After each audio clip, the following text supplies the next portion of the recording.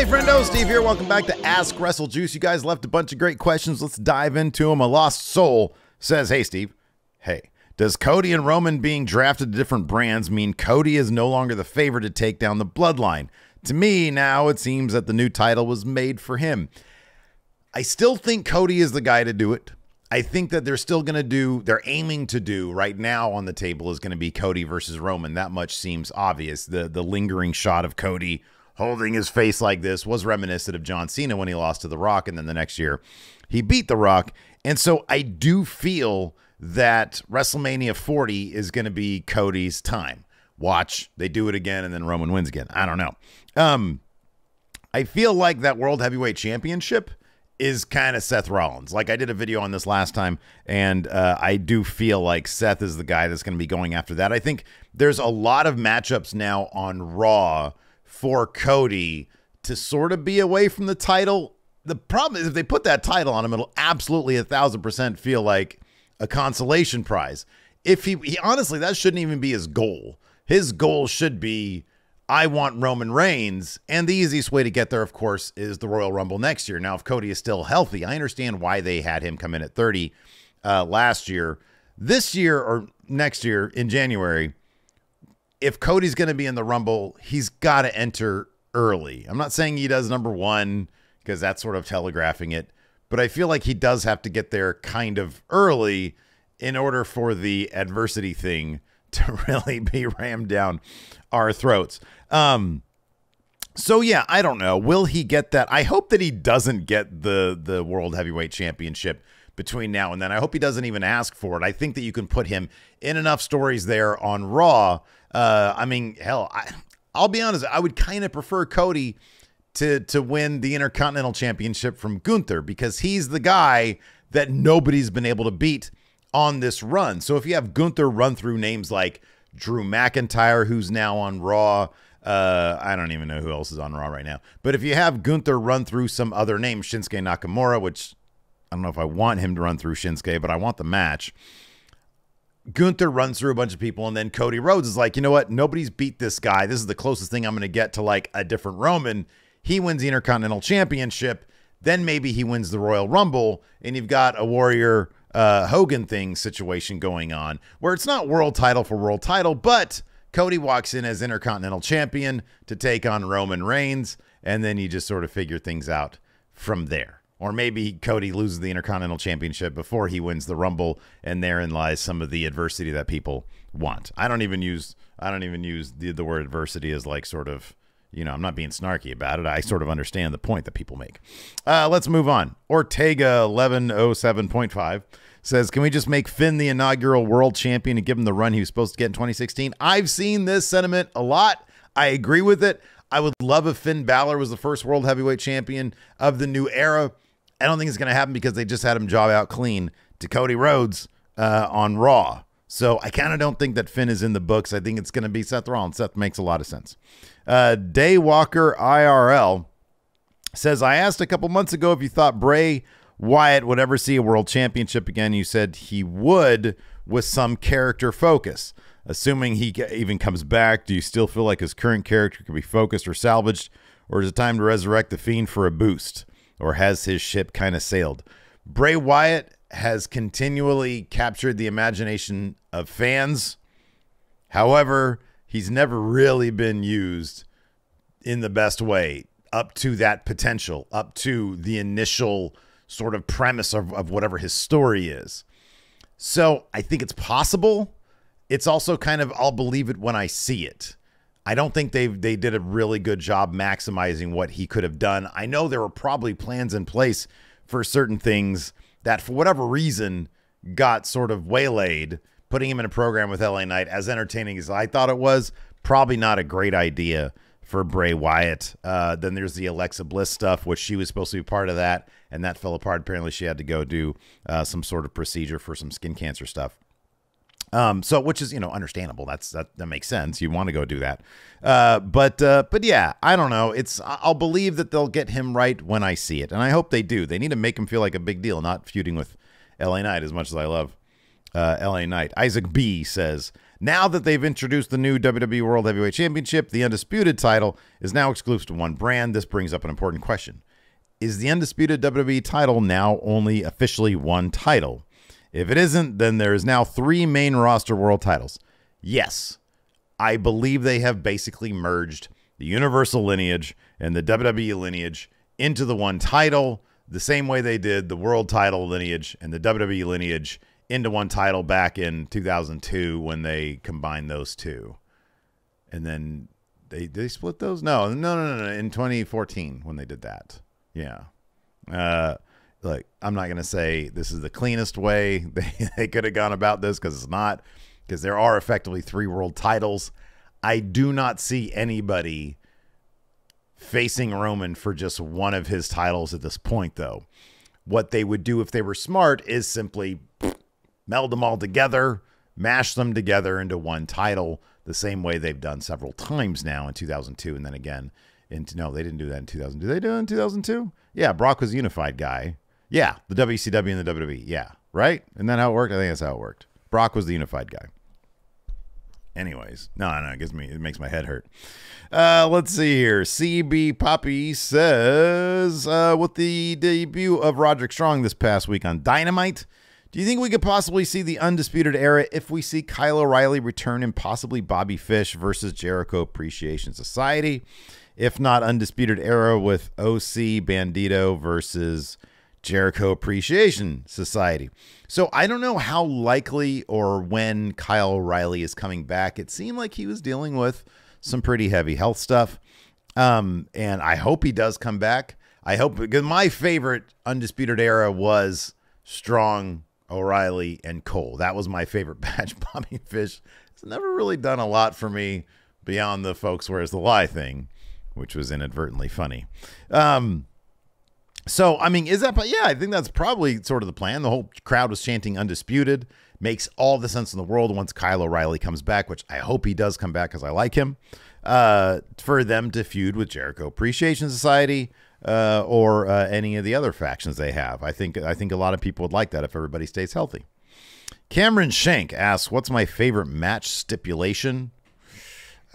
Stipulation, I don't know. I like the 2 out of 3 falls match because sometimes they pull a shocker and have somebody go 2-0. Tyler Warden says, what are some of your, but I didn't like when Vince did the nothing but 2 out of 3 falls match. Like, my favorite match type is probably the Royal Rumble. That shit's wildly entertaining. Tyler Warden says, what are some of your most positive takeaways from the wrestling world thus far into 2023? So my most positive takeaways is how much fun the WWE has sort of become. I know I'm going to sound like a mark right now, but like, I know that it hasn't exactly been like Triple H's plan the whole way. We had that debacle of Raw after Mania. But it's good to see that WWE, the biggest wrestling company in the world, they have been on a decent roll lately, telling some stories. The women's division needs some help with their actual storyline booking. But I think there's been some fun stuff there in WWE. I've really come around to NXT. I used to not be into NXT, as anybody who's been paying attention to this channel for a while knows. After the 2.0 rebrand, I thought it was a mess. I think Shawn Michaels actually does a pretty damn good job running that writer's room, or whoever runs the writer's room there. I think they do a really good job with their characters, and all the relationships are starting to come together. The chemistry is developing between all the wrestlers. I'm really enjoying the NXT product. I just don't like the way it's packaged together. Meta Skipper says, do you think Austin Theory could credibly channel some of his in real life fatherlessness issues into a feud with Gargano as part of the Way storyline? I didn't know that he had fatherless issues. I don't know if that would be a great idea, because main roster seems to not treat that stuff terribly well, but anything really to help Austin Theory. I think he's a blank slate right now. I think he's like the most boring character they have. Joe Nero West says, do you think they could pull off an Elite versus Undisputed Era match now that Strong's in AEW? They still need Bobby Fish, or they need Kyle O'Reilly. I don't see Bobby Fish coming back, and Kyle O'Reilly has health issues, I believe, or an injury issue. So yeah, I don't know if that's going to happen. Plus, the Elite are good guys, I think, and Undisputed Era are going to be good guys right now. So they'd have to find a way to make that work. Bucket Dipper says, what do you think would have been a bigger riot? John Cena beating RVD at One Night Stand or John Cena beating CM Punk at Money in the Bank. Here's the thing. Money in the Bank, it was a big arena, WWE, PG era, family show. RVD at One Night Stand was firmly that ECW crowd. They would have rioted. It would have been kind of amazing to have seen that. He would have had to have run out of there as people throw all sorts of shit at him. But clearly the One Night Stand crowd would have been the bigger riot situation. Let's see here. Daniel De Leon says, what's going to be your favorite match at Backlash? I don't know what my favorite match is going to be because I cannot tell the future. However, the match I am most looking forward to now is, I don't know, honestly, probably Bad Bunny versus Priest. I think that should be a lot of fun. All the Mysterio Judgment Day stuff has been a lot of fun. I like Bad Bunny. I think that dude really gives us all for being like a megastar. Like that dude really gives everything he has to the wrestling world. You know, he's like Logan Paul, but not, you know, kind of a crappy human being from what I understand. I like Bad Bunny. He seems cool. Let's see here. B-Man, the champ, says, how long do you think it'll take for the draft/brand split to become meaningless again? I know we're hoping it won't be, but this is WWE after all. I get the feeling it's going to be a harder brand split than not. I think that Triple H, if he's sort of given the ability to, I think if you look back when there was the brand split in 2002, that was a pretty decently hard brand split. And that's when Triple H was sort of at his peak. And I think that you always take wrestlers and you look wrestlers who are in a position to book stuff. You take a look at their past and what, you know, their peak was. And that's maybe something they want to try to emulate. And I think we've seen that with some of the match finishes with Triple H, how we used to have those great match finishes back in the Attitude Era. And so I think we're going to get a harder than usual brand split. That's my gut, because ratings are like decent right now. And Vince usually would rely on crossover to try to boost some ratings, and it would usually not work because he would do it too much. Richard Ives says, what are your thoughts on Adam Cole's return since his injury? I've liked it. I mean, I've liked that he's been a good guy. Yeah, I think he's good. I like him better as a bad guy. But yeah, I like it. Adam Cole's awesome. He was one of my favorites back in the day, a couple of years ago. So I'm glad to see he's back, and I like his return so far. I think him versus Jericho is a solid idea. I know a lot of you disagree with that. Josh Perez says, has the Outcasts versus the Originals been underwhelming so far? I feel like the only good things to come from was the Ruby heel turn and turning on Willow, or what they were doing with Sheeta before Sheeta and Willow teleported out of the feud. Everything else has been mainly rinse and repeat. I kind of agree with that. I kind of like the Jericho Appreciation Society integration into it, but that seems short-lived. But yeah, I kind of feel like that. I feel like they really should have brought, like, I think they're heading towards blood and guts with this. I think. But I don't know. I thought they were heading somewhere like fairly decisive, but seemingly not. They're just sort of doing their thing. They need to pick up. They need to pick up some steam, I guess. I know they're going to do a Britt Jamie Hayter thing. I'm telling you, they got to bring Jade Cargill into this. Brooklyn Architect says, who do you think the main champs will be going into WrestleMania 40? Going into WrestleMania 40. So I already said Cody's going to be Intercontinental. Fuck it. Cody's Intercontinental Champion. Roman's top WWE Universal Champion. World Heavyweight Champion is going to be Drew, heading into WrestleMania 40. Men's tag teams, they gotta split those, you'd think. Raw tag team champions going to be Alpha Academy. SmackDown tag champions are going to be, I don't know, Pretty Deadly. This watch is going to be outdated already by Monday because they're going to get drafted over to Raw or something. The United States champion is going to be Kevin Owens. Yeah, that's my guess. Well, SmackDown. Oh, of course, SmackDown Women's Champion is going to be Bianca Belair. Raw Women's Champion is going to be Rhea. Maybe they'll unify the titles there. I don't know. Deep Voice Dude says, if WWE has a hard brand split, do you think Survivor Series will be Raw versus SmackDown? It'll be interesting to see if they do that or War Games again. I don't know. I hope so, because there's plenty of time between now and November. Chris McFadden says, when Bayley turns on Io, do you foresee Io and Dakota Kai being a thing for a while until one turns on the other? No, I think that Io, this is sort of signaling Io's singles run. That's my guess. E. David Bruce says, would you bring back the Cruiserweight title? Yes. He says, who should hold it first? Dominic Mysterio. Gotham says, do you think Cesaro / Claudio should have stayed in WWE? No, I've actually liked this run in AEW / Ring of Honor. It's a bit more understated, but I love him with the Blackpool Combat Club. I love him as a bad guy. I really like him. I've always liked him, and I felt like this version of him is like my favorite version of Cesaro / Claudio. Sam says, more likely Brock putting over Cody at Backlash or Brock squashing Cody at Backlash. Brock putting over Cody at Backlash. That's going to be the thing. Claus Techno says, a lot of people who watches this new NXT says that Grayson Waller should be involved in the draft, but being completely honest, his presentation is basically saying that Logan Paul is getting on the main roster. With that said, should WWE really bring Waller to Raw, SmackDown, even with a bigger name using the same gimmick on the show? I disagree with the premise. I don't think it's the same thing. I think obviously he's being an influencer. Logan Paul is an actual influencer. But no, I think they're different. I think there's a much bigger difference between somebody who's there week to week, every single week, who's more, I think, closer to being like a Miz type character than Logan Paul. And Logan Paul's only going to be there once, I don't know, for the big pay-per-views.